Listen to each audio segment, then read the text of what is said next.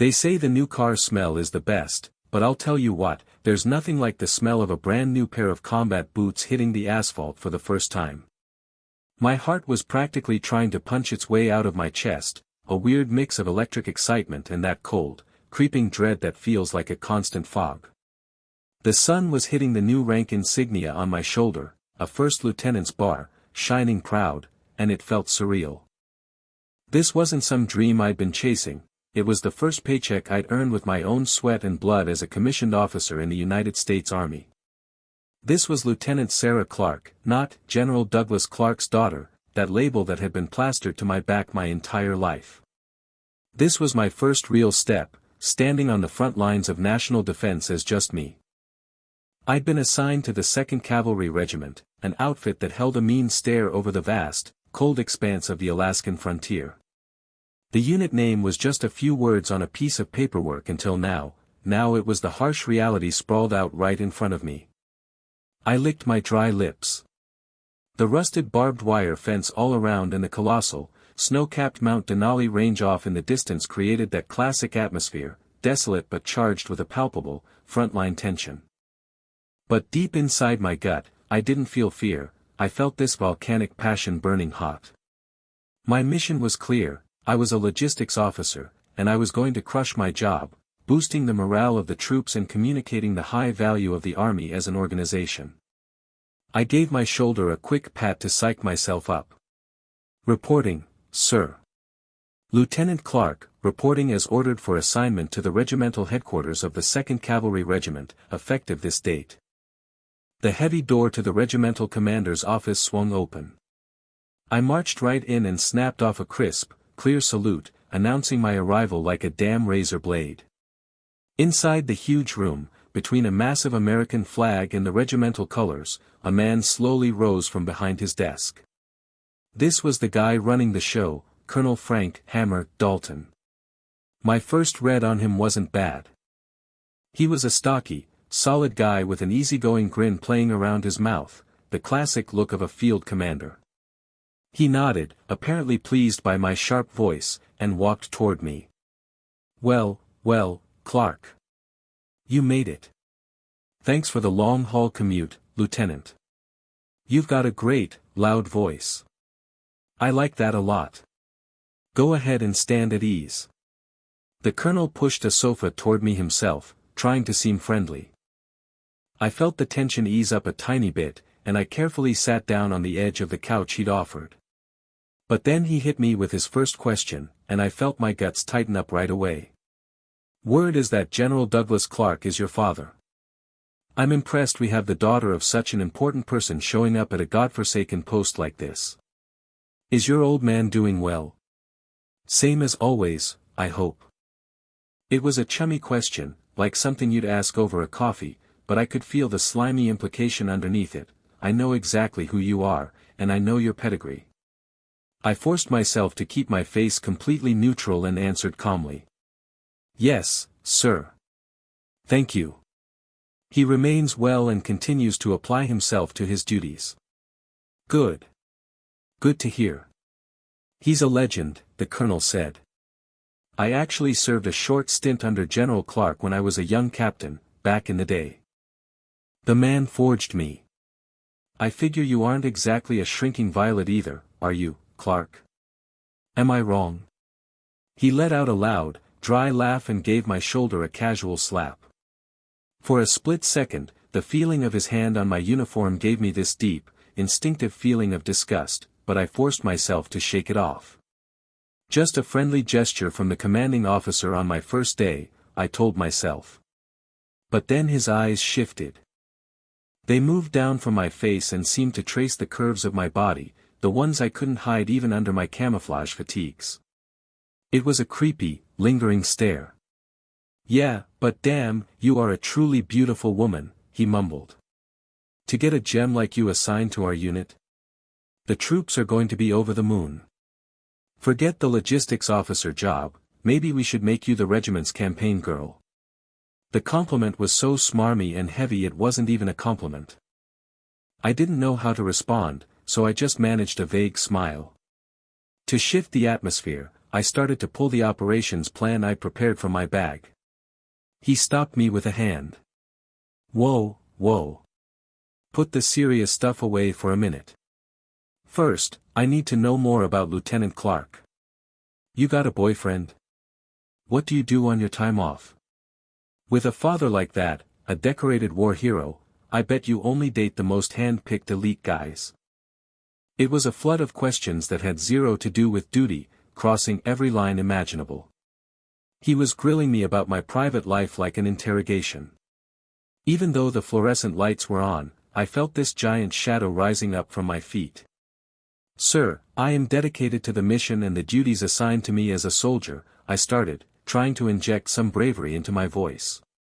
My personal affairs are. The colonel's good guy smile vanished like a mask peeling off. His eyes turned icy cold, cutting right through me. Listen up, Clark. The army isn't some sweet little place where you can just clock in, do your job, and leave. Trust between an officer and his troops, and his subordinate officers, is everything. I'm trying to understand you right now. This is part of the job, Lieutenant. Don't be difficult. He tried to smile again, but it wasn't a friendly gesture anymore. It was a chilly, predatory sneer, a forced expression of compliance. I bit down on my lip. In this office, I wasn't the daughter of General Douglas Clark, I was just one junior officer, one powerless young woman. And I knew, deep down to my bones, that this man was going to use that fact against me. The first meeting ended just like that.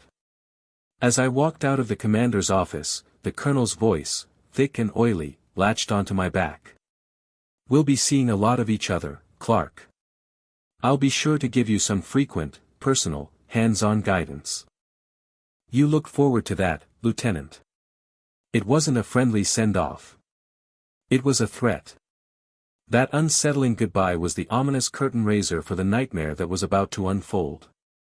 I stood there, clenching my fists, staring at my cold, sweaty hands. I had this immediate, gut feeling that my first post was going to be miles away from the ideals I'd signed up for. Colonel Dalton wasn't kidding around. Starting the very next day, my life was entirely dictated by the buzz of the commander's office intercom. Under the guise of a business meeting, I was hauled into that stifling room multiple times a day. At first, the excuses were legit, briefing on daily reports, preliminary review of the quarterly training schedule, that sort of thing. But as the days stacked up, the reasons got fuzzier and the demands got pettier. Clark, that morale pamphlet we handed out yesterday? Check the 5th page, 3rd line. The comma placement is bothering me. Get down here and explain yourself. The division's public affairs officer is coming this afternoon. You're the P specialist, I need you to pitch the regiment. We need to get our story straight, or rather, synchronized. Get over here now. But the second I walked through the colonel's door, the real work talk lasted maybe 5 minutes. Dalton would either stare blankly at papers or just tune out my reports, and then he'd get right to what he really wanted to talk about. And that was always about me. What do you look like out of those fatigues? I bet you really dress to the nines when you go out on the weekend, right? Next time, snap a few photos and let me see them. Your father must be worried sick knowing his daughter's struggling out here on the frontier. You ever feel like you need to vent, you come straight to me. I don't care about the other losers, but I've got all the time in the world to listen to my sweet Clark's problems. His comments constantly danced right up to the line and then jumped back, a steady stream of ambiguous words that were too slimy to ignore as a superior's concern but too vague to definitively nail him for sexual harassment. He kept calling me Clark, but his eyes never once saw me as a respected officer, they only saw a young, good-looking woman who worked for him. He made zero effort to hide that fact. I tried to put up a wall every time. Colonel, with all respect, could you please refrain from asking questions that aren't related to the mission? Or, sir, that falls under my private life, and I won't be discussing it. But every time, Dalton would put on this great, phony show of being deeply wounded, and he'd flip the script, making me the bad guy. What the hell? I was just trying to look out for my subordinate. Why are you so uptight? Are you just socially inept? You won't make it in the service if you act like this, Clark. I'm telling you this for your own good. Facing his manipulative smooth talk, my resistance was always categorized as the immature rebellion of a high-strung, uncooperative junior officer. It felt like I was trapped inside a thick glass case. I could see the world outside, but my voice couldn't reach, and I couldn't stretch out a hand for help. I didn't know if the other officers in the regiment were unaware of what was happening or if they were just turning a blind eye. They were all too busy trying to stay in Dalton's good graces to care what kind of time I was spending inside his office. I felt like a lone, isolated knight inside a giant, hostile castle. My spirit was being eroded day by day. Every time that commander's intercom buzzed, my heart gave a sickly lurch. The hallway to his office felt as long as the walk to the executioner's block. The smell of stale cigarette smoke and the prickle of his oily stare on my skin was starting to make me physically sick. One evening, after I finished a report and was walking back to my office, I saw Dalton coming down the hall toward me. The corridor was empty. As we passed, he stopped, blocking my path. He leaned in close, his face twisted like a snake teasing its prey, and his breath reeked of cheap booze he'd been knocking back during the day. "Tell me, Clark," he hissed in my ear. "What's going on underneath that stiff uniform you always wear?" Time stopped. That wasn't just a blurred, crossing the line comment anymore. It was an insult that stripped away my humanity, my pride as a soldier, and declared that I was nothing more than an object of his desire. All the blood rushed from my body, leaving me frozen. I couldn't say a word, all I could do was clench my fists. Dalton saw the terror on my face, gave a nasty, satisfied smirk, and then walked off like nothing happened. All that was left was my shaking body and the cold air of the hallway. The invisible cage around me had just gotten tighter and harder, digging into my throat. Was there any way out of this nightmare? The question echoed hollowly in my mind, with no answer in sight. That night, I was stuck finishing up the package for next week's unit demonstration. It was already past 10 p.m., and I was the only one left in the public affairs office. The only sound was the dry click of the keyboard under the harsh glow of the fluorescent lights. I was completely burned out. The endless daytime duties, plus the unpredictable summons from Dalton, were slowly sanding down my mental strength. Just finish this report, take a cold shower, and sleep the whole thing off. That was the only thought pushing me forward. Then it happened. Re-eyeing. Re-eyeing. Re-eyeing. The intercom sliced through the silence of the office. My heart shrunk like it had been dunked in ice water. I didn't even need to look at the display to see the caller ID, Regimental Commander's office. What the hell does he want this late? A wave of dread washed over me, but you can't just ignore an order from your superior officer. My fingers trembling, I picked up the receiver. Public Affairs. Clark. You still there? Good. Perfect timing, Dalton's voice came through, sounding slurred and different than it had during the day. Something urgent has come up that I need to talk about. Get up here to my office right now. An urgent consultation. The words immediately put me on high alert. But an order is an order. I slowly got to my feet and walked down the deserted, dark corridor toward the commander's office. I knocked and opened the door. The smell of stale whiskey hit me hard. Dalton was sprawled out on the couch, his camo top carelessly discarded. In front of him were a half-empty bottle of expensive bourbon and a scattered dish of nuts. There you are. Come on in. Sit down, he gestured with his chin toward the seat right next to him, the spot I always sat in. Colonel, what exactly is the nature of this consultation? I stood firmly near the door, not moving toward him, my posture rigid. He frowned, clearly annoyed by my formal attitude. It's a consultation, all right, but first, why don't you have a drink with me? Drinking alone is no fun. You showed up at the perfect time. He took out a fresh glass, poured a measure of the amber liquid, and pushed it across the table toward me. I appreciate the offer, sir, but I am still on duty. And I don't drink alcohol. Don't be such a square. Duty hours are long over. This is a social drink from your commanding officer. You can't drink, you won't drink. You're no fun, he spat, his voice laced with both alcohol and irritation. I didn't budge. I apologize, sir, but I will not be having a drink. That flat-out rejection wiped the last trace of fake charm off his face. He slammed the glass down on the table and practically growled, "You're an unappealing woman. That's your problem, see? A woman needs to have some damn charm, some grace. You get me?" It was an outrageous personal attack, miles past anything a commander should ever say to a subordinate. The blood drained from my whole body. My lips trembled from a mix of pure terror and rage. "I need to go, sir. I will schedule a time to discuss your urgent matter tomorrow," I stammered, turning to bolt for the door. But as I moved, Dalton was on his feet and grabbed my arm from behind. His breath, a mix of alcohol and stale smoke, was sickening as it hit the back of my neck. "Hold on. I'm not done talking to you. Let go of me, sir." I twisted against his grip, but his hold tightened. His arm, a thick knot of muscle, locked down my freedom. I said, "I just want to talk for a minute." "Why do you have to make a scene every time? This is why women—" He started trying to drag me roughly toward the sofa. Struggling against his strength, I twisted my neck to glare up at his face.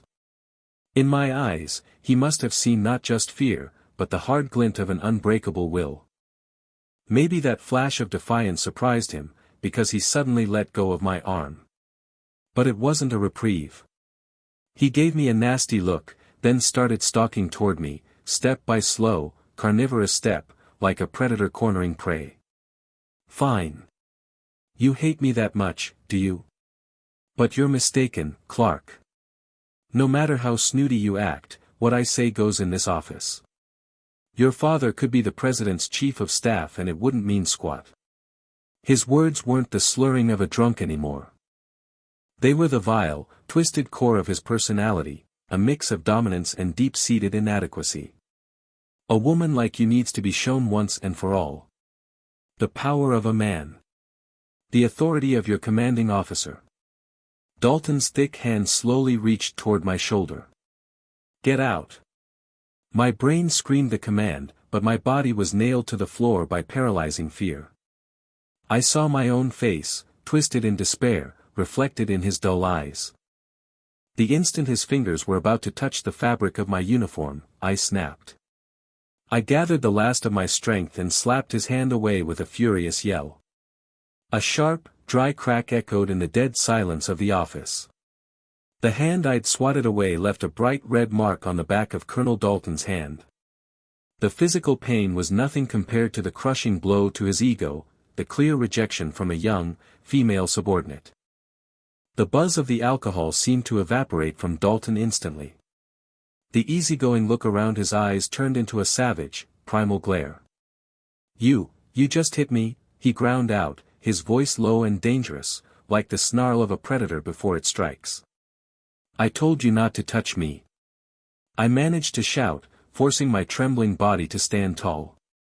But my resistance only fueled his rage. He let out a harsh, contemptuous snort. "A bootlicker. An out-of-touch daddy's girl who only got in here because of her last name." The words sliced through my eardrums like shattered glass, hitting my heart dead center. It was the one thing I never wanted to hear, a complete dismissal of my pride and hard work. "You can't even hack it. Can you lead a combat patrol? Can you go days without sleep, sucking down mud water to finish a training exercise?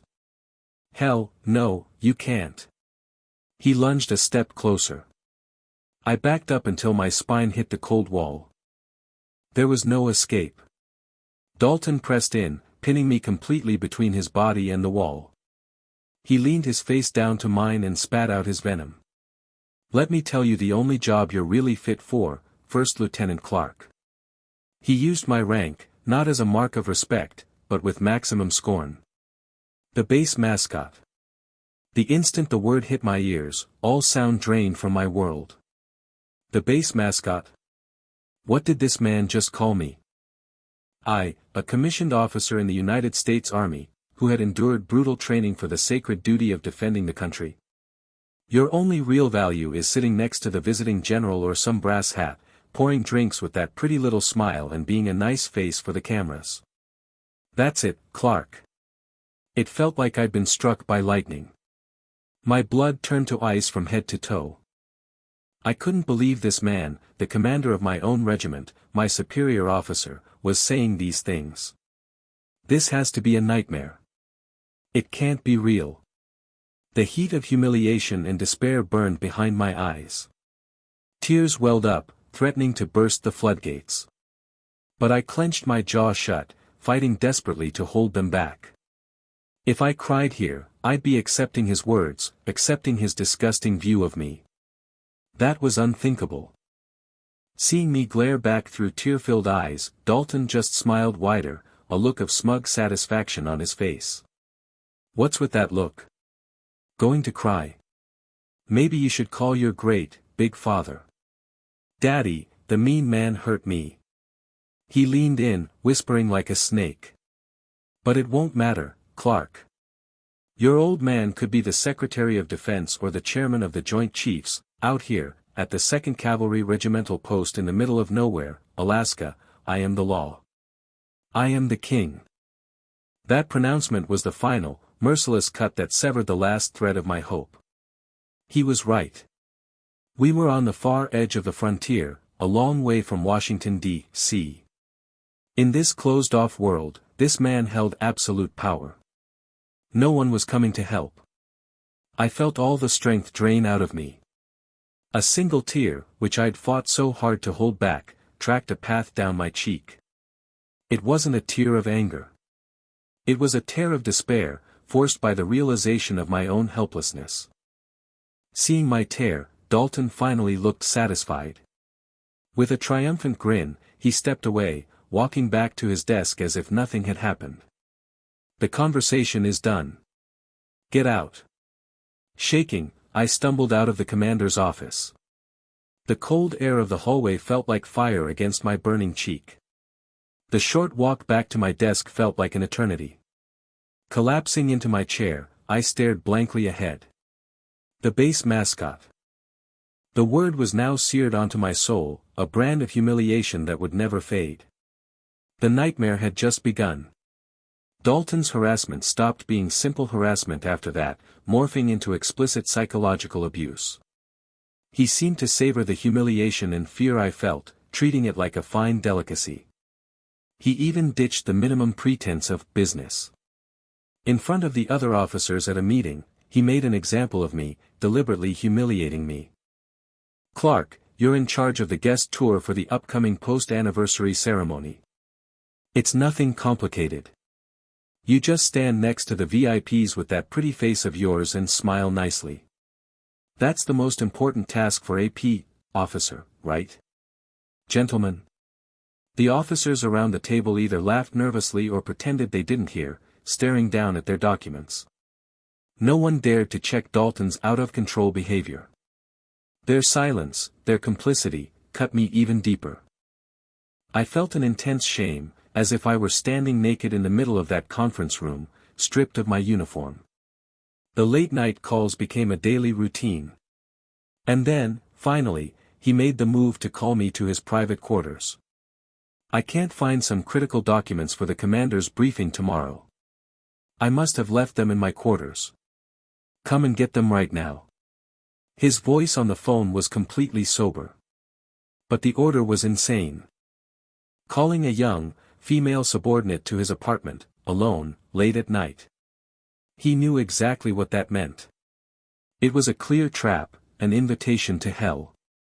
Refusing would be insubordination, and who knew what punishment he'd dish out. With a heavy, chilling dread, like a prisoner walking to the gallows, I headed to his apartment. Each step down the unlit corridor felt like I was treading the cold cobblestones of hell. I opened the door, and Dalton greeted me in his casual clothes. His eyes didn't look at my uniform, they seemed to scour the woman's body hidden underneath the fabric. "Come in, Clark." He pretended to guide me to his study, but in the narrow hallway, he deliberately pressed his body against mine. Every time his arm brushed my shoulder or back, I flinched with a wave of nausea, like being touched by a snake. "Why are you shaking so much? Are you scared of me?" "Relax. We're just looking for the paperwork and then you're gone," he said smoothly. He went into his study and pretended to search the shelves. But his real objective was something else. Feigning a search, he positioned himself right behind me. Then, reaching for a file on a high shelf, he extended his arm, cleverly trapping me between his body and the bookshelf. I felt his disgusting breath on my neck and held mine. "Got it. Here it is." He pulled the file, but he didn't move an inch. Instead, he braced one hand against the bookshelf, completely boxing me in. And the other hand started to glide, slow and snake-like, toward my waist. "You've been a real trooper, Lieutenant Clark. I know how hard this has been for you." His hand was about to grab my hip. That was the moment something inside me snapped. "Don't you dare touch me with that filthy hand." I shoved him with a force that surprised even me. Caught off guard, Dalton stumbled backward a few steps, his face contorted in a violent mix of shock and raw rage at being rejected. "You bitch. I try to be nice and you take an inch and think it's a mile. Do you even know who I am?" His massive body lunged at me. His grip, like a vice, clamped down on my thin arms. The sheer force made my body sway. "Let go of me. This is an Article 92 violation." I protested. "Regulations? I am the regulation on this damn base. You think you can rely on your father's rank and push your luck? When I get serious, wiping one little officer out of the entire U.S. Army is nothing, trust me." He slammed me hard against the wall. Tears immediately welled up in my terror-stricken eyes. I struggled, but against an adult man's brute strength, it was like a child throwing a tantrum. His face came closer, the ugly flame of twisted desire burning bright in his eyes. "Tonight, I'm going to teach you exactly how a woman is supposed to survive in the military." Just as his lips were about to meet mine, I gathered every last shred of my strength. Driven by pure instinct, I dropped my knee and swung it up toward the sky. Dollar. A dull, wet impact followed by a sound like a crushed animal escaped Dalton's lips. He immediately clutched his groin and crumpled to the floor. I didn't waste the split-second opportunity. My legs tangled beneath me, but I scrambled up and ran out of that apartment like a crazed animal. The cold night air stung my lungs. Staggering, I burst into my room. I slammed the door, locked it, threw the chain on, and then slid down to the cold floor, leaning against the wall.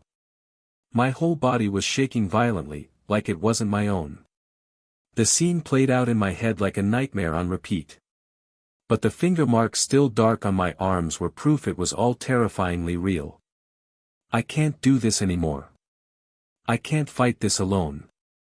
I have to get out of this hell. With a trembling hand, I pulled out my smartphone. The light illuminated my pale, tear-streaked face. In my fear and despair, I tapped the one and only lifeline I had left. The cold glass of the phone was the only thing reminding me I was still grounded in reality. The screen showed just one name, Dad. My finger hesitated and hovered over the name. Calling that number felt like admitting total defeat. It meant denying every ounce of effort I'd put in since the day I swore to stand on my own 2 feet, free from the shadow of being General Douglas Clark's daughter. My pride was screaming at me, "Don't be weak. Handle it yourself." But that thin armor of pride was useless against the primal lust I just faced and the raw bruises burning on my arm. Fear shredded my resolve. I couldn't stay here alone. I forced myself to be rational for one last second, and with a shaky thumb, I hit the call button. The electronic ringing dragged on forever in my ear. What if he doesn't answer? What if I'm just going to rot in this darkness alone? Despair started to swallow me whole. Then, Yuki. What is it? What are you doing calling so late? The deep, calm, familiar voice of my father came through the receiver. The moment I heard it, the thread of tension I was holding snapped. Dad. The sound that escaped me was more a gasp than a word. After that, no coherent language would come out. Just broken sobs clawing their way up my throat. My father's tone instantly changed. The calmness vanished, replaced by a sharp, deadly tension. Get out. I can't. I can't take this. I managed to choke out, an SOS signal from my soul. The air on the other end of the line changed completely. The warmth of a father was entirely replaced by the absolute zero of a man in control of everything. Calm down. Take a deep breath. Where are you? It wasn't a question, it was an unyielding command. My quarters, sir. What happened? Who was it? State their rank and name. The voice was emotionless, cold steel. Pulled by that voice, I forced the fragments of the nightmare past my trembling lips. Colonel Dalton. He called me the base mascot, called me to his quarters tonight, and, my voice cut out. The image of Dalton's wicked face and his oily stare flashed back, and I felt sick. There was silence on the other end. It wasn't just him listening, it was the ominous, overwhelming pressure of a volcano that had just gone quiet before eruption. I could feel my father's rage escalating past all rational limits. He tried to force himself on me. I was scared, Dad. I was so scared. The final scream ripped from my throat. The moment he heard it, my father's heavy silence was broken. I understand. Just 2 words, but they carried the finality of a divine decree that would determine everything that followed. Listen to me, and listen well. Do not move an inch. Lock all your doors. Do not open them for anyone. That is an absolute order. I could only nod. Do not turn off your phone's GPS, understand? Yes, sir. The final words I heard made me doubt my own ears. I'm on my way. His voice was no longer that of a general. It was the quiet, earth-shaking roar of a father whose only daughter had been violated. The line went dead. I stood there, clutching my phone, numb. Relief that help was coming, but also a raw terror of the unknown. What exactly was my father going to do? I stumbled toward the window. The eastern sky was just starting to lighten, pushing back the dark night. Was it the dawn of hope, or the start of a scorching fire that would burn everything down? Then I heard it. A low, ominous sound that rumbled from the distant sky, unlike the familiar, light buzz of a training helicopter. This was a deafening roar that tore through the air and shook the very earth, an overwhelming presence. The sound was definitely headed straight for the base. I held my breath. That sound was the flapping of black wings, announcing the arrival of a storm. At the same time, in the commander's quarters, Colonel Frank Hammer Dalton woke up with a splitting headache. The expensive bourbon was pounding inside his skull like a lead hammer. But more vivid than the sweat and the dry mouth was the memory of the humiliation I'd dealt him. That daddy's girl, the prey that was supposed to fall right into his lap, had escaped and actually kicked him in the nuts. The familiar surge of hot rage coursed through his alcohol-muddied blood. But he managed a nasty, self-satisfied smirk. No worries. This was his kingdom. What would happen if Sarah Clark ran crying to her father? A hysterical complaint from one junior female officer versus the word of a commanding officer leading a frontline regiment? The army would choose his word, hands down. He could even flip the situation, charge her with assault on a superior officer and insubordination, and have her permanently expelled from the service. He mapped out several satisfying ways to destroy me in his mind and started to get out of bed. That was the moment. Whoom. Hum. A heavy, blood-shaking sound boomed from the sky. He thought it was his imagination at first. But in a second, it grew into a massive roar that made his apartment windows rattle violently. What the hell is that? It was clearly not the sound of a normal training helicopter. It was a roar that didn't just cut the air, it warped the very space around it, an overwhelming presence. Screaming troops, woken up by the immense noise, rushed out of the barracks. Officers, confused, ran toward the training field. Dalton, propelled by an unknown dread, rushed to the window. And he couldn't believe his eyes. Above the center of the training field, tearing through the pre-dawn gloom, a massive iron raptor was circling. It was a UH-60 Black Hawk, but it wasn't like any bird the regiment flew. It was painted a deep, absolute black, with no unit markings or identification numbers. This was a special transport chopper operated directly by the Army's highest command, the kind only the brass in D.C. could mobilize. Why is that thing here? There was no flight plan filed, no landing notification.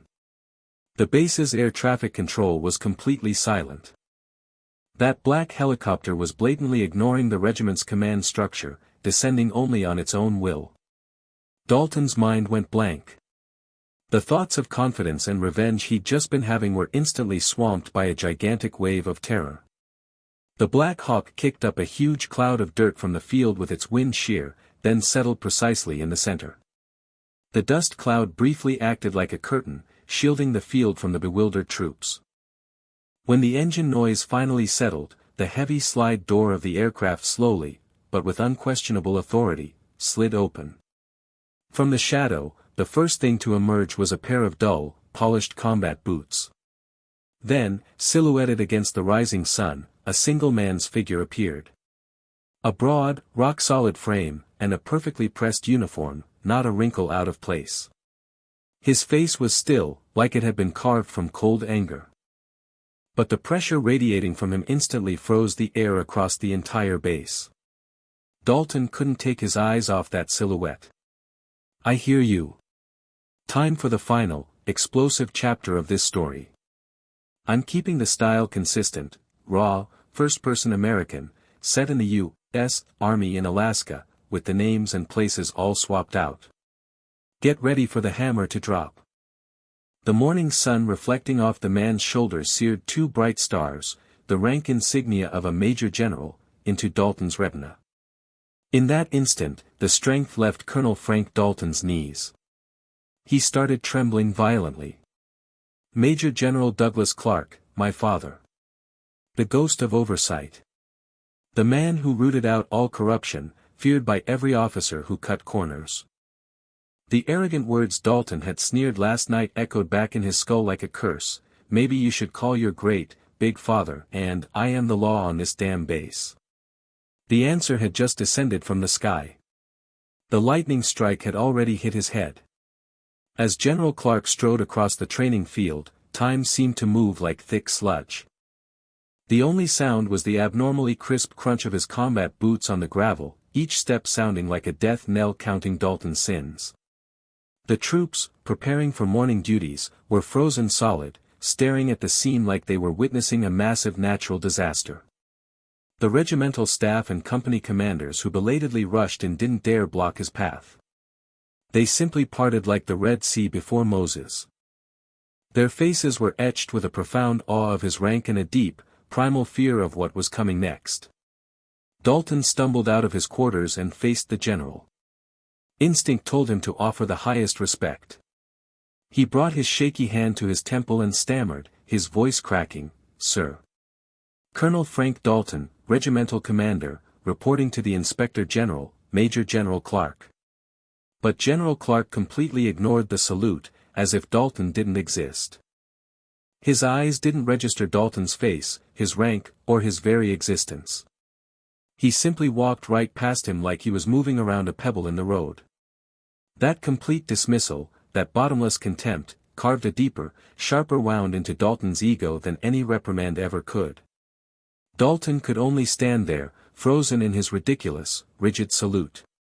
The general's gaze was fixed on only one thing, the barracks where he had heard his daughter's voice filled with despair. He walked without hesitation toward the door of the logistics officer's quarters.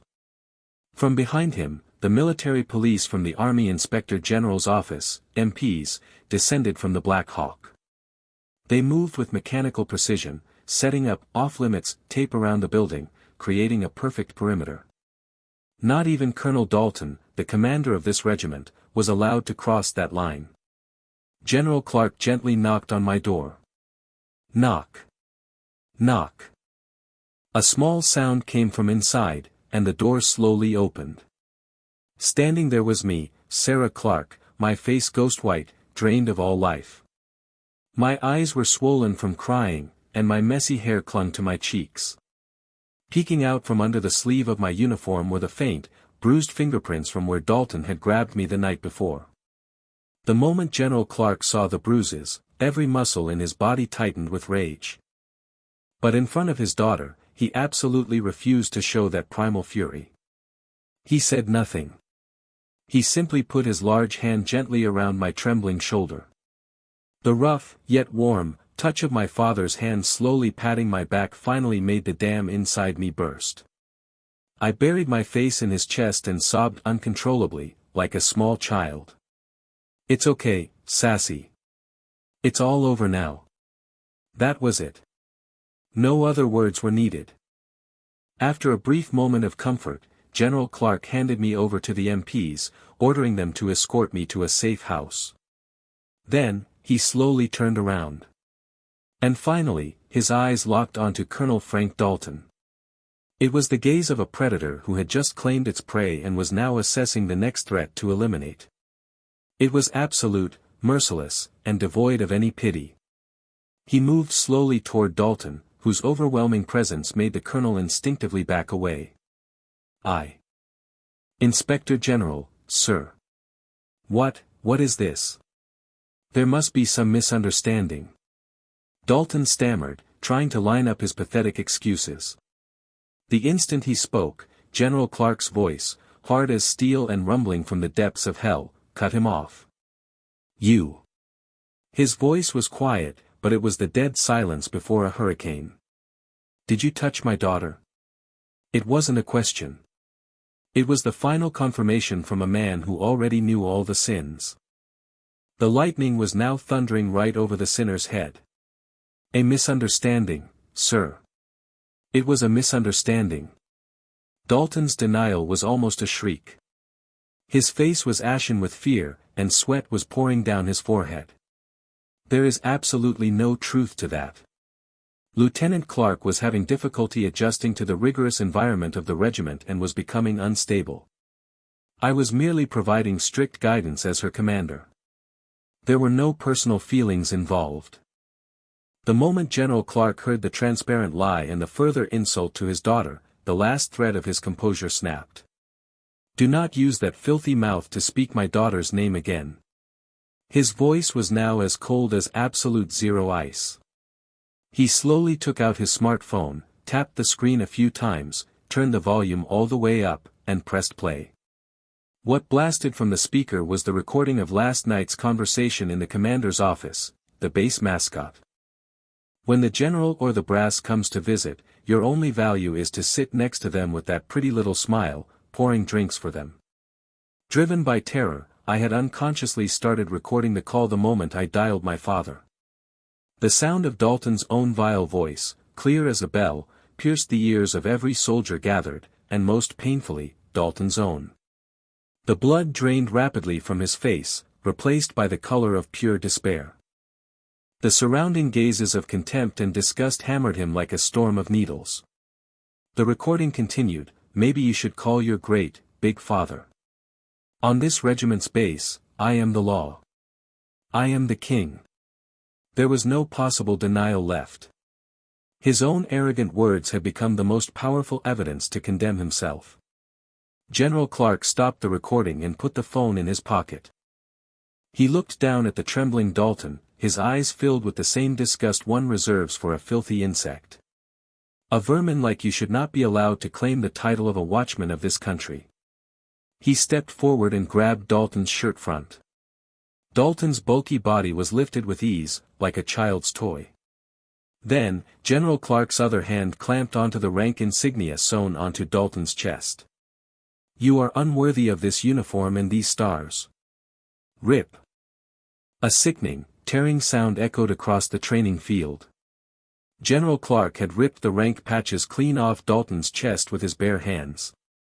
The unpleasant noise of thread and fabric tearing was followed by the miserable sight of bare thread where the colonel's insignia, the symbol of his power, had been. It was a visible sign of the end of his career. This was the ceremonial, social death of Colonel Frank Dalton. Stripped of all authority and pride, he collapsed like a puppet with its strings cut. He fell to his knees on the muddy gravel, groveling and begging for mercy. I am so sorry, sir. I was wrong. Please, just this once, I beg you." But General Clark's eyes held no trace of mercy. Looking down at the wretched creature begging at his feet, he signaled to the waiting MP captain. "Arrest this man for abuse of authority and attempted sexual assault. He's a sitting duck."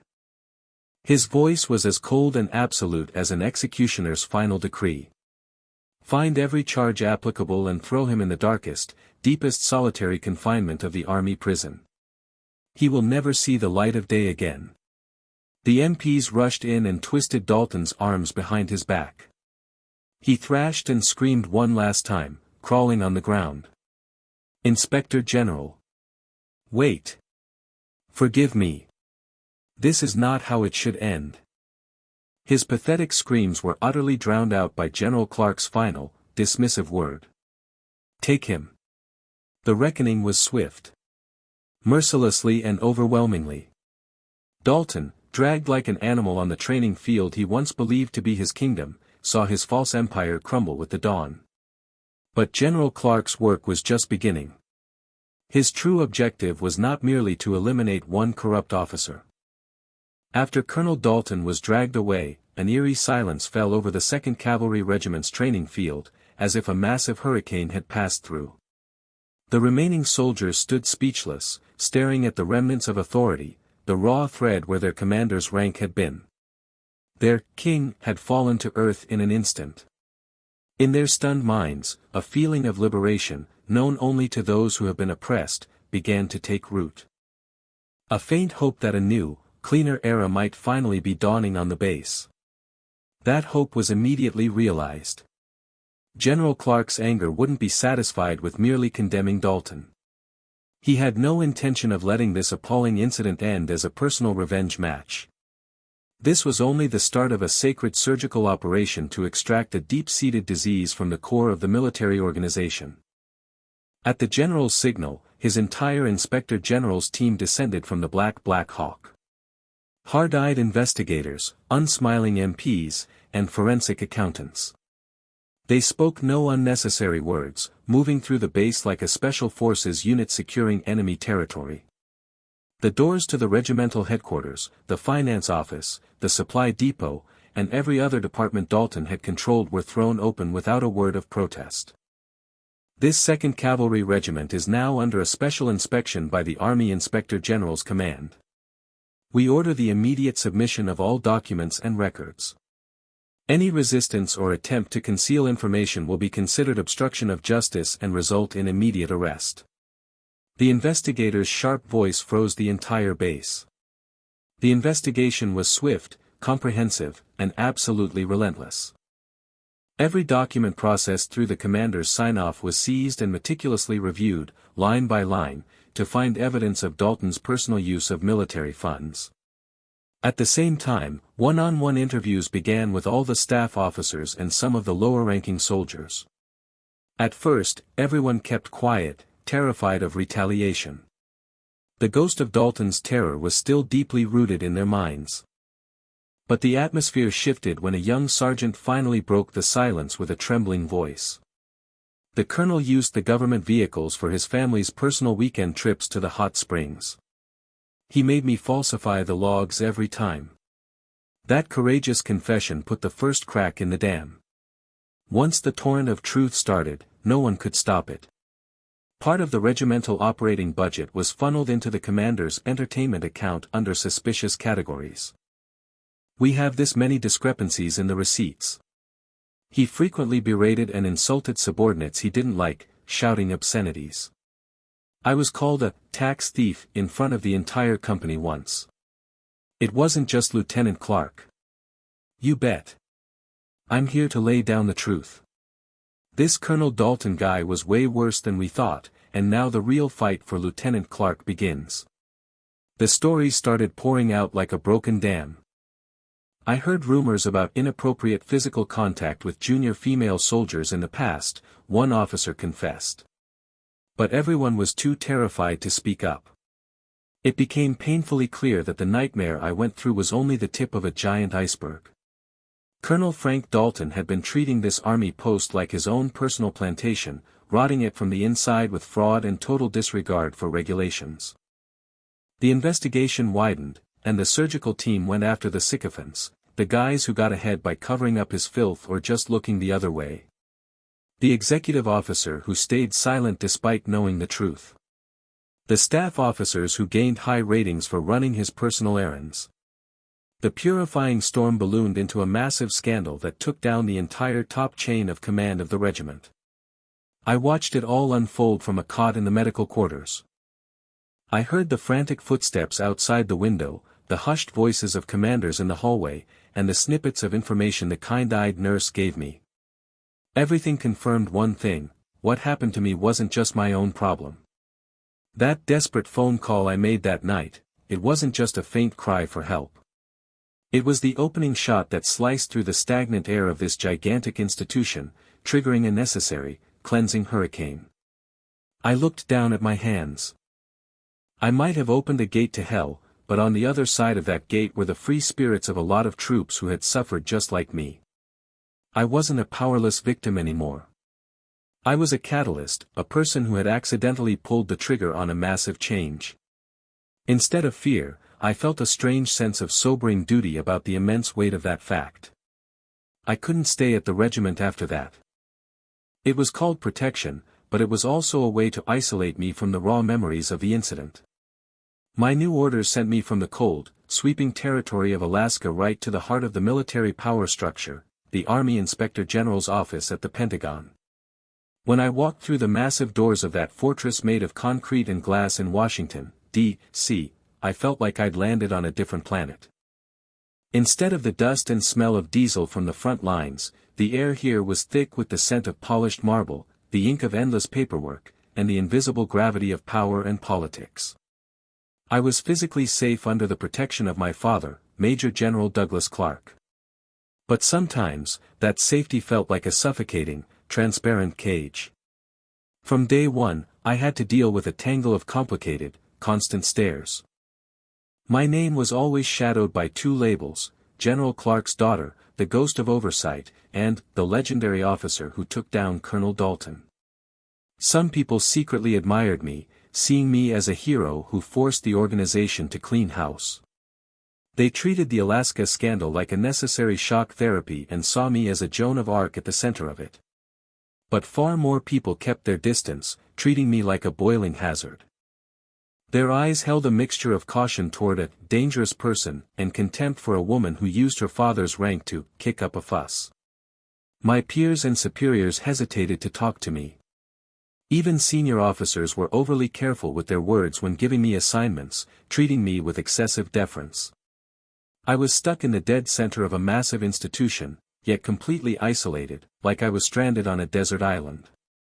And when night came, the nightmares were relentless. Dalton's eyes, clouded with alcohol and lust. His slimy voice wrapping around me. The bone-crushing force of his grip. The sickening smell of his breath as his lips came close. It all came back with painful, vivid realism. I'd wake up screaming. My body would be soaked in cold sweat, my heart hammering like a fire alarm. I'd sit there in the dark, hugging my knees, shaking uncontrollably. The wounds I got at that regiment hadn't healed, they were deep, hideous scars etched into the deepest part of my soul. I was exhausted mentally from the constant scrutiny by day and the endless nightmares by night. Did I really do the right thing? Would it have been better if I had just endured it silently? Did I cause a huge mess and involve a lot of people just for myself? Guilt started to poison my mind. The more I told myself, you have to be strong, the faster my resolve seemed to crumble. The badge of honor. One afternoon, completely worn out, I was staring blankly at my desk when I heard a modest knock. "Come in," I said weakly. The door opened softly, and the person standing there made me gasp. A tall, impeccably dressed woman with salt and pepper hair, not a strand out of place. Her eyes held an unwavering light, and a single star shone quietly on her shoulder. Every female officer in the army knew her name, Colonel Jane Iron Steele, the legend who made a name for herself in male-dominated field units, eventually becoming the director of policy on the army staff. She walked into my office as naturally as if she was visiting an old friend and sat down in the chair opposite me. Her presence alone had a quiet pressure that made me straighten my back. Colonel Steele took a small vacuum flask she'd brought and poured steaming hot herbal tea into 2 cups. The gentle smell of chamomile softened the tense air in the room. "You haven't been sleeping lately, have you, Clark?" Her first words were less a question and more a statement of fact, coming from someone who already knew everything. Her voice was low but clear, like the sound of polished brass, resonating deep in my heart. I couldn't answer. The fingers holding my cup were trembling slightly. Her gaze wasn't one of scrutiny, it was the look of deep empathy from one who has walked the same path and is looking back at the person following. Is it the looks? Or is it the nightmares from that night that still get you? The directness of the question snapped my head up. The shock of having the softest part of my heart targeted so precisely was stunning. Colonel Steele saw my distress and gave a slight, compassionate smile. Then, slowly, she pulled up the sleeve of her own uniform a fraction. On the white skin of her wrist, a faint, old, white scar, like a knife cut, was visible. "When I was a lieutenant, it was much worse than it is now," she began, tracing the scar gently with a finger. Female soldiers were still called the Army's mascots. There were tons of creeps who only saw you as a woman, not a comrade. I went through the same thing you did. Only, it was even more insidious and violent. I caught my breath. The legendary, perfect officer in front of me had experienced the same hell, or worse. I thought about quitting and tearing off this uniform every night. I cursed the world, wondering why I had to go through that. She set her cup down and looked straight into my eyes. Her gaze held the steely strength and deep wisdom of someone who had survived years of storms. "Lieutenant Clark. What you experienced is not your fault. The scar on your soul is not a mark of shame. It is a badge of honor and glory for fighting back against brutal violence and refusing to surrender. A badge of honor." The phrase was a powerful light piercing my darkness. The pain I had only seen as a hideous, shameful thing now started to shine with a completely different meaning. "So, lift your head. If you keep looking down, you're giving them what they want. You're admitting their victory." Her words were like iron, shaking my very soul. It was the first time anyone had validated my suffering and told me that it was a source of pride, not shame. "So, what do I do now?" I asked in a faint voice. "You have 2 paths," Colonel Steele replied quietly. "One, you can hide in the shadow of your great father, General Clark, and finish your career quietly, without causing any more trouble. That is one way to live. And the other?"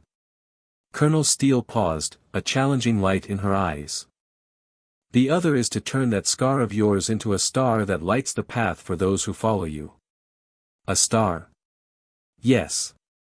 You make all your pain, all your despair, and all your experience into a weapon to ensure no one else has to go through it again. You are no longer just a logistics officer. You are a survivor of massive injustice, a witness who can tell the truth. Your words carry a weight that no one else's can. Where and how you use that power, Lieutenant Clark, is a choice only you can make." My meeting with Colonel Steele was the defining turning point of my life. I stopped seeing myself as a miserable victim. I had survived. And now, I decided to become a warrior. That weekend, I went to my father's quarters at the Pentagon. There was an awkward silence between us, the first time we'd faced each other in weeks. General Clark broke the silence first. "I'm sorry, Sassy." Deep remorse was in his voice. "I should have known my daughter was going through hell, and I failed to see it." I shook my head gently. "No, Dad. You taught me the pride of being a soldier. The only reason I didn't completely break down that night was because I was your daughter, a soldier's daughter, and I knew I couldn't lose. And you came to save me in the end.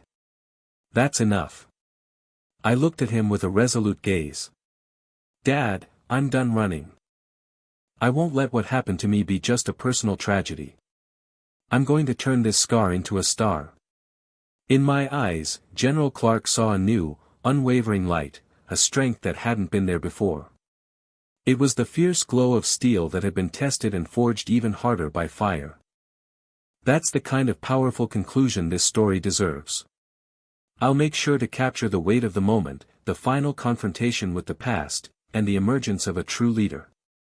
I'm maintaining the fierce, immediate American perspective and style. The forge of a star. He said nothing, only firmly gripped my trembling hand with his large, powerful one. Between father and daughter, a silent, deep, and unbreakable trust flowed. Deep in my chest, a small, yet undeniable star began to burn with a steady light that no one could ever extinguish.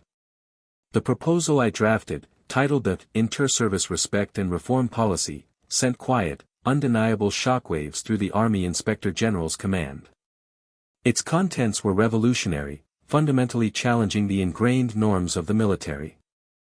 It called for abolishing outdated ethics training and replacing it with case studies based on real incidents and free, inter-rank discussions.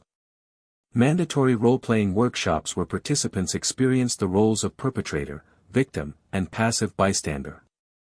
Compulsory mental health support programs led by external, civilian counselors.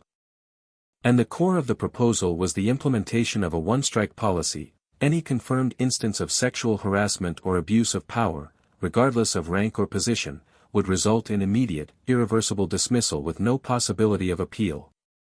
This extreme policy was a powerful drug that threatened to shake the organization to its foundations. When the upper echelons got wind of it, the Pentagon staff was in an uproar. The backlash from the senior officers who had risen through the ranks commanding frontline troops was especially fierce. "It's ridiculous. Discipline and command cohesion are the lifeblood of the Army. If we introduce this soft garbage, who will be able to discipline troops and run a unit? Are we going to treat the entire force like a criminal gang just because of issues with a few female soldiers? This will destroy morale. One strike. What happens when some disgruntled subordinate abuses it to take down an honest commander? It's too soon and absurd. We absolutely cannot allow it." Their resistance was a thick, giant wall made of decades of entrenched, authoritarian culture. My proposal was nearly buried without even reaching the discussion table, dismissed as unrealistic idealism or radical feminist ranting. Some whispered that I was simply a spoiled brat using my father's authority to throw my weight around. But I refused to back down. I started visiting the most vocal opponents one by one. I stood face to face with their logic. "With all respect, General," I challenged one senior officer, "doesn't unit discipline come from personal respect, not fear? Which unit do you think is truly stronger, one dominated by fear, or one bound by trust? This proposal is not meant to divide male and female soldiers. It is meant to build a culture where everyone, under the same pride of being a soldier, is equally respected. How does that lower morale? Yes, I recognize the danger of misuse, which is why I am simultaneously proposing the creation of a fair and transparent investigative body. But should we let the many soldiers who are suffering silently right now be killed by the darkness just because we fear possible misuse? We have a duty to change and build a better organization." My words, sharp and perfectly logical, sliced through their hasty excuses. And my voice carried the unmistakable weight of truth, the truth of someone who had walked through hell. The generals, who had initially scoffed at me as a little girl, gradually fell silent before my unyielding conviction and flawless reasoning. The final verdict. Then came the day of reckoning, the Supreme Decision-Making Council, where the Chief of Staff and all top leaders gathered.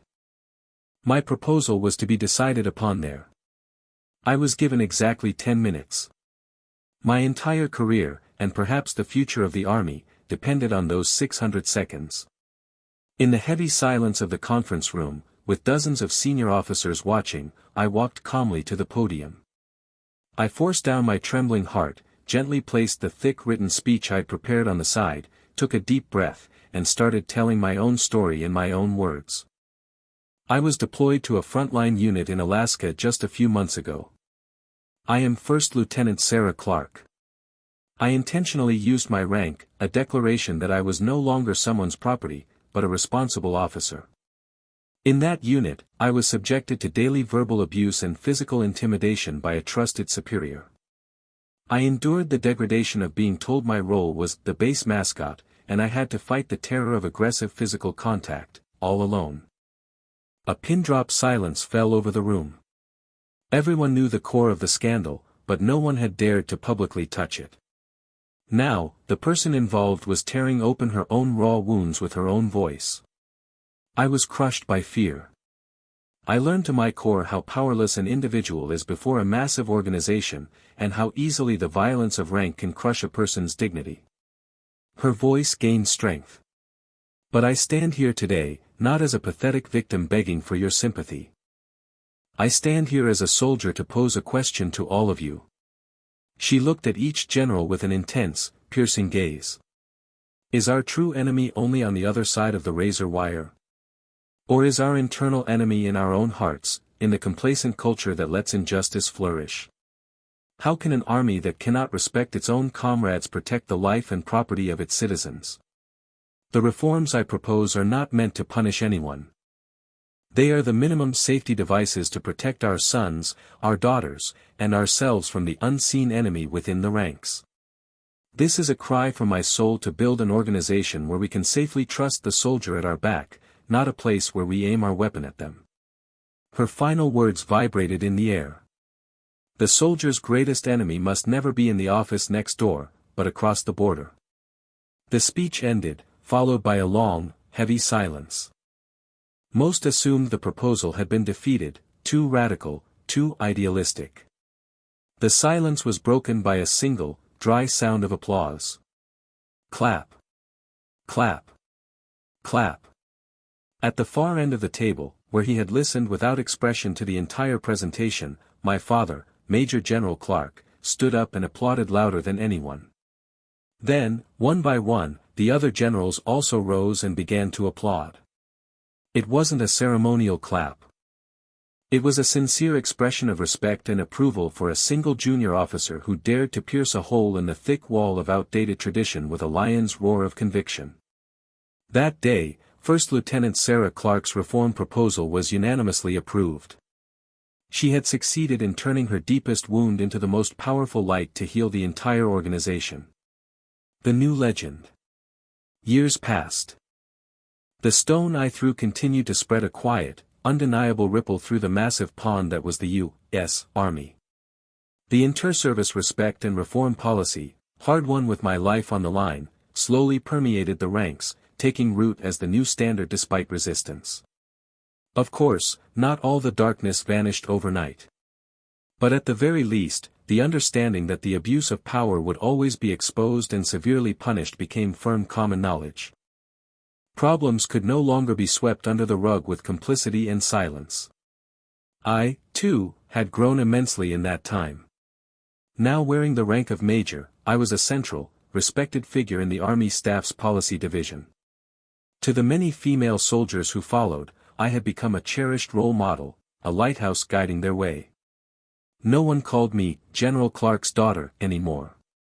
People honored me by my name and rank, Major Sarah Clark, a soldier of exceptional capability. It was true glory, earned with my own blood, sweat, and tears, having rejected the easy path under my father's wing. One calm autumn afternoon, a routine administrative notice landed on my desk, a status report for currently serving personnel. In the corner of the paper, I found a familiar, sickening name, Frank Hammer Dalton. Released from confinement, effective today. The instant I saw the name, my heart constricted, like it was grabbed by a cold hand. I knew it was distant history, years ago. But the scar he left on my soul still throbbed faintly in my subconscious. I forced myself back to work, but fragments of the past memory started to flicker like shadows. A few days later, I was visiting a training base to give a lecture to newly commissioned officers on the future of command. My persuasive lecture, backed by my own experience, struck a chord with the future leaders and ended with thunderous applause. As I was touring the base afterward, a gate opened with a mechanical whir, and a man shuffled onto the grounds. I glanced over casually. Shabby, wrinkled civilian clothes. A back hunched like a cat. Eyes hollow and dull, as if all the world's light had been extinguished. For a second, I didn't recognize him. But when he slowly lifted his face, I gasped. Wrinkles had multiplied, and his hair was gray, but the bone structure was unmistakable. The man who had once dominated a regiment with terror, the man they called the Hammer, was now a withered shadow of his former self. He had probably gravitated unconsciously to the place he once ruled, unable to let go of its faded glory. There was no purpose, no will left in his eyes. In that moment, our eyes met. At first, Dalton didn't seem to recognize the sharp-suited major standing before him. But then, his gaze drifted from my face to the 3 proud stars gleaming on my shoulder. His face immediately drained of color, as if he understood everything. His eyes were wide with a violent mix of shock, shame, and eternal malice. He started shambling toward me, his steps erratic. All the memories of that night came rushing back in a vivid, nauseating flashback, the smell of liquor, the wicked lust, the despair of being pinned against the wall. My body instantly stiffened. But I didn't run. I stood my ground, facing the ghost of my past. He opened his dry lips several times, trying to speak. But no sound came out. Was it an apology? An excuse? A curse? It didn't matter. None of it meant anything to me now. The last cage of fear and anger inside my heart dissolved, melting away like morning mist in the sunlight. The man before me was no longer the monster who had tormented me. He was a pitiful, wretched existence, his soul consumed by the weight of his own crimes, now forced to cling to the shadows of the past. I offered him no words. No glare of contempt, no look of pity. I simply gave a quick, businesslike, professional nod, the kind an officer gives to any enlisted person they pass. That silent nod, however, carried a clear message: I remember you. But you no longer have any power over my life. It was the quiet declaration of a complete victor. And then, I walked past him. I didn't look back to see the expression on the man left behind. I didn't need to. The moment I turned my back on him, I knew the final chain of the past that bound me had been completely severed. The commander. Back in my office, a new set of orders waited on my desk. The sender, Army Staff Personnel. I slit the envelope and pulled out the document. The incredible new assignment, Major Sarah Clark, appointed commander of the 3rd Battalion, 11th Infantry Regiment. The 11th Infantry, a crack frontline unit defending the same northern territory where I had found hell. And battalion commander, the very symbol of authority I had most hated and fought to overcome. It was a brutal irony, a severe test from fate. But in the hand holding the orders, there was no fear. Only a quiet, burning resolve for the new battle that was about to begin. The military jeep sped down the unpaved road toward my new command. I felt a sense of déjà vu as the landscape flew by, the rugged ridges, the deep, misty valleys, the tense atmosphere felt through the rusty razor wire.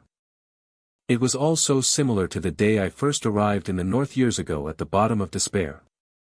But the fear and anxiety of that time were gone. Now, only the steel will forge through years of trial and the heavy weight of my new responsibility settled on my shoulders. The jeep stopped before the gate of the Wolfhound Battalion, a fitting name for my new destiny. The young military police officer at the gate snapped to attention the moment he saw my rank. "Ma'am." I returned his perfect salute with a calm smile.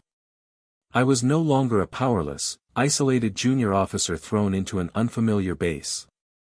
I was the battalion commander, the officer responsible for the lives and future of every soldier in this unit. On the training field, the battalion staff and senior enlisted personnel were lined up, awaiting my arrival. Their faces held a complex mix of expectation, curiosity, and slight caution toward a female battalion commander, an elite officer sent from the Pentagon. I stepped onto the platform and slowly surveyed the multitude of faces, meeting their gazes one by one. From the young, passionate lieutenants to the battle-hardened, serious sergeants. In their eyes, I saw my own past self, and the countless faces I had encountered throughout my career. I took a deep breath, and without looking at any prepared notes, I spoke my first words. "I am Major Sarah Clark, and I have taken command of the Wolfhound Battalion today." My voice was soft but had a strange, compelling strength that carried to every corner of the field. I know some of you have heard rumors about my name. That I came from the comfortable offices of the Pentagon, that I'm a commander who hasn't seen the front line. And you're right. I haven't wallowed in the mud every day like you. I haven't stood watch through the night in this freezing cold like you have. A small stir ran through the ranks at my blunt honesty. But I continued, my tone growing stronger. But I can promise you this, as long as I command this battalion, I will never lord my rank over you or abuse my power. The stars on my shoulder are not meant to dominate you, they are a sign of my infinite responsibility to protect the life and dignity of every single one of you. My eyes locked with those of a young female officer in the front row. I will never give you an unjust order. And I swear to completely eliminate the evil practice of justifying any bad behavior with the excuse, that's just the way things have always been. Finally, I looked out over the entire battalion and declared with all the soul I possessed. We are here to fight the enemy. Our weapons must always be pointed across the border. They must never, ever be pointed at the comrades beside us or at the weakest among us. I want to build a family bound by deep trust, not a group commanded by fear. If a fellow soldier is wounded, we will all carry them to their feet. And with that kind of steel solidarity, we will build a truly unbeatable battalion that fears no enemy.